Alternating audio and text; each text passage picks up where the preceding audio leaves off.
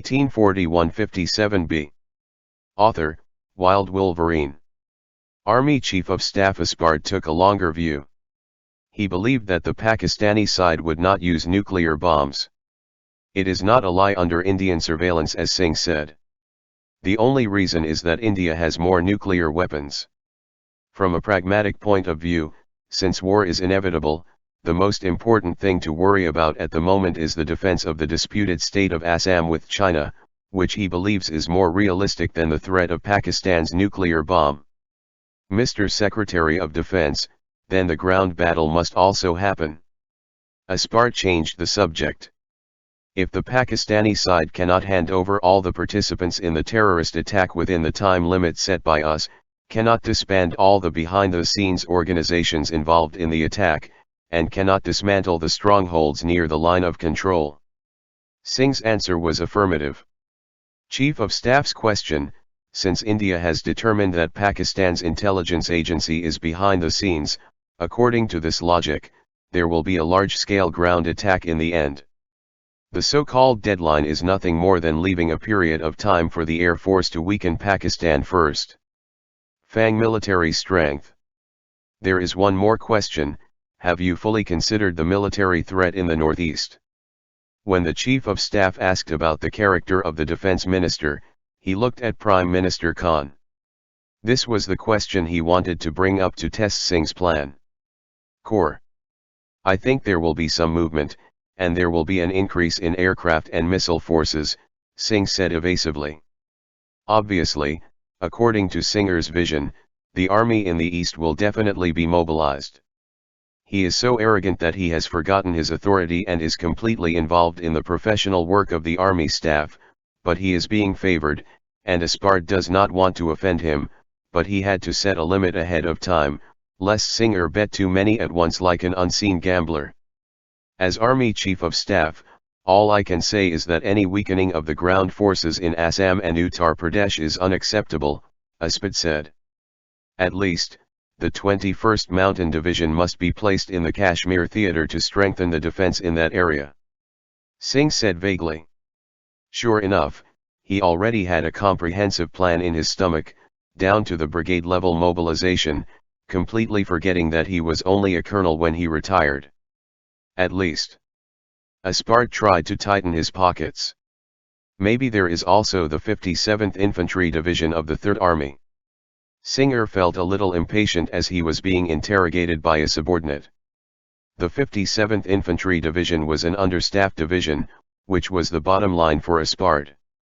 He also knows that the theme of today's meeting is war, and the Prime Minister will not tolerate him talking too much about command issues, but he has to let the Prime Minister understand that things are not as simple as imagined. Your Excellency Prime Minister, as the Army Chief of Staff, I oppose the transfer of too many troops from the Eastern Military Region to join the war in the West. It is my responsibility to remind you that China is the biggest threat. This is my opinion as always. In Assam, we have a 10-to-1 advantage, so what? Singh said dismissively. I'm sorry, I can't accept it. My staff and I will immediately start to formulate a new plan for Pakistan, but the force in the east must not be weakened. This is the only prerequisite. Aspard began to show toughness. I think if we're going to win the war we have to use all the main force in the main breakthrough direction. Singh became impatient, and he shouted to his current subordinate, the former commander, sounding like after studying some of Clausewitz's war theories, Aspard couldn't come down, and the two were deadlocked for 10 seconds. Khan sat on the side with an ugly face. He glanced at the most trusted intelligence chief and hoped that he would persuade Aspard.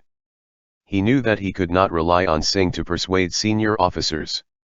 He was only a member of the civilian system and had no actual command.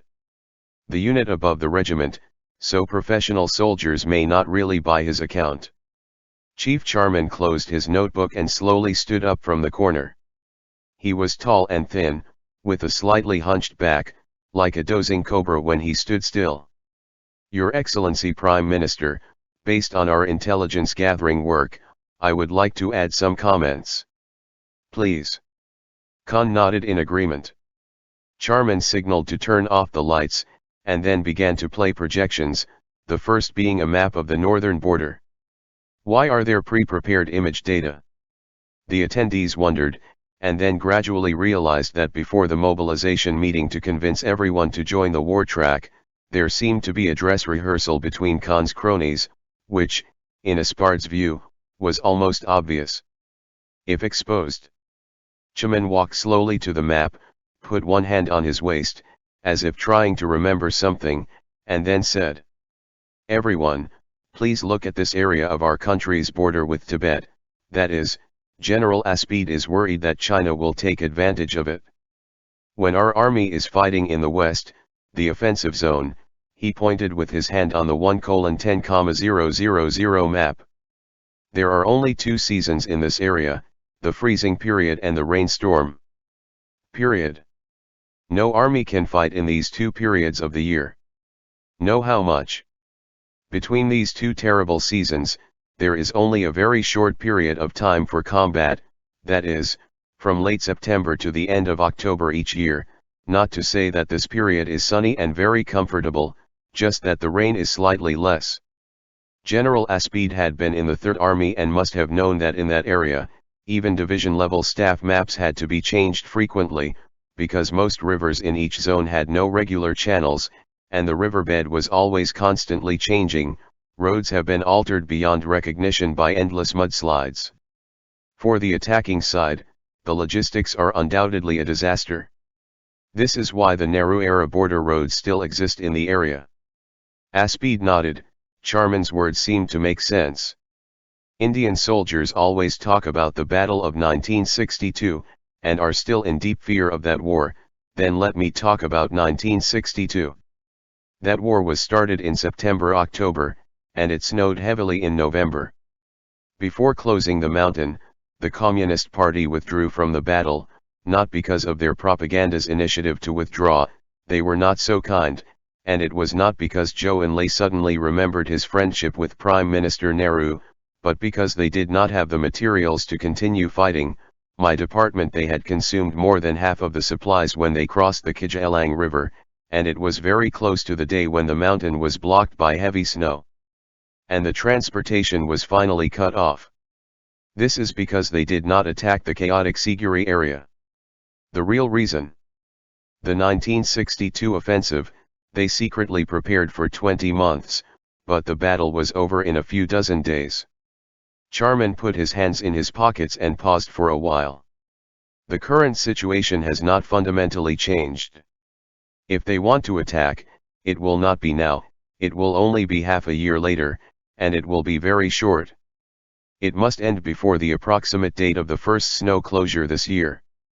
That was half a century ago, Mr. Chief. Now they have highways and railroads, Aspide said. Yes, they have a railway.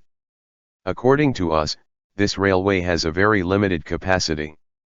It can only transport 150 tons of supplies to Lhasa every day, and those that can be transported to the vicinity of the control line will not exceed 10% of this number. That is 15 tons. It can only maintain the daily supply of 1 division, and we have 10 divisions in this area. Aspide didn't say anything. Charman was more difficult to deal with than Singer, because he was not a man on paper. I have more than one source of intelligence. We even know that their battle plan, the Chinese General Staff has a 4157B plan. The venue fell into a dead silence, and all the people present, including Aspide, had not heard before. Pass this code. This plan was formulated in the 1960s. We only know that it is an offensive plan for the time being.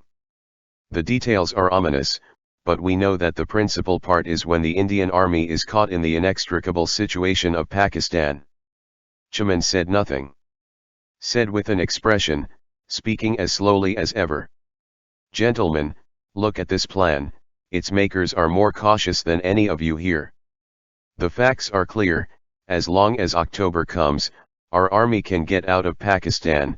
The most worrying thing of the army staff, it won't happen. Very well, our offensive against Pakistan will end successfully in July or August. Then we will go back and strengthen the defense in the east. Singh suddenly started to bring the topic back. Aspide made no further objections. He knew that Charman's intelligence was completely true. Even if the 4157B plan was non-existent, the rationality of the plan itself could not be denied.